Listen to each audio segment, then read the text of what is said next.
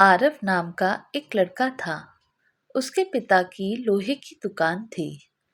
आरव अपने पिता के साथ लोहे की दुकान में मदद करता था।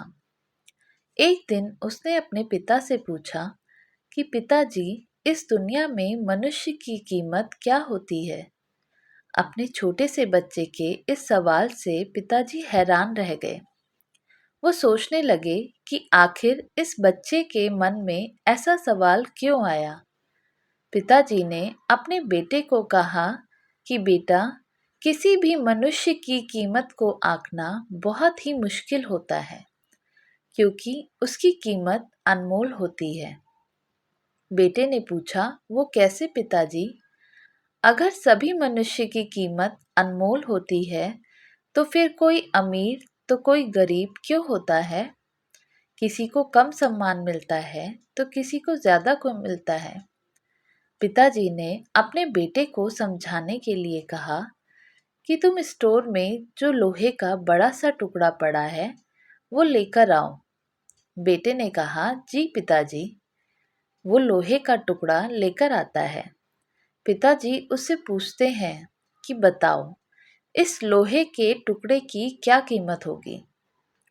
आरव बताता है कि 500 रुपए। पिताजी अब उससे पूछते हैं कि अगर मैं इस टुकड़े के छोटे छोटे कील बना दूं तो फिर उसकी क्या कीमत होगी? वो थोड़ा सोच कर बताता है कि पिताजी, ऐसा करने से उसकी कीमत बढ़ जाएगी।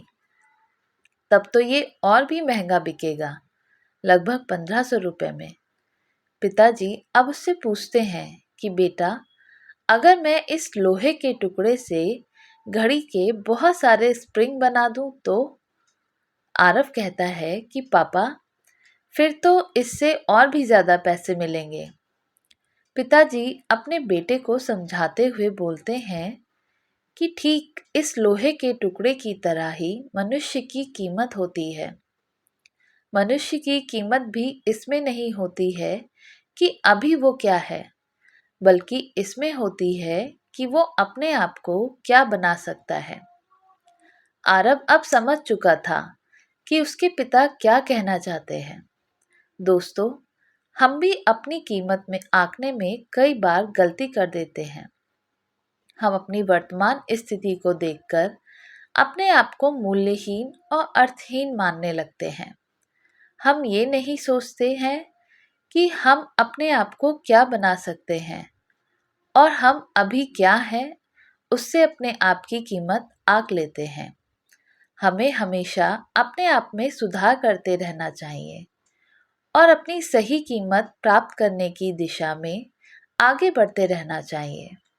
तो दोस्तों, आपको ये कहानी कैसी लगी हमें कमेंट करके बताइएगा। चैनल पर नए हो तो सब्सक्राइब ज़रूर कीजिएगा और बेल आइकन भी दबाइए, जिससे कि आपको सारे नोटिफिकेशन मिलते रहें। और वीडियो को लाइक एंड शेयर भी कीजिएगा। वीडियो देखने के लिए बहुत बहुत धन्यवाद।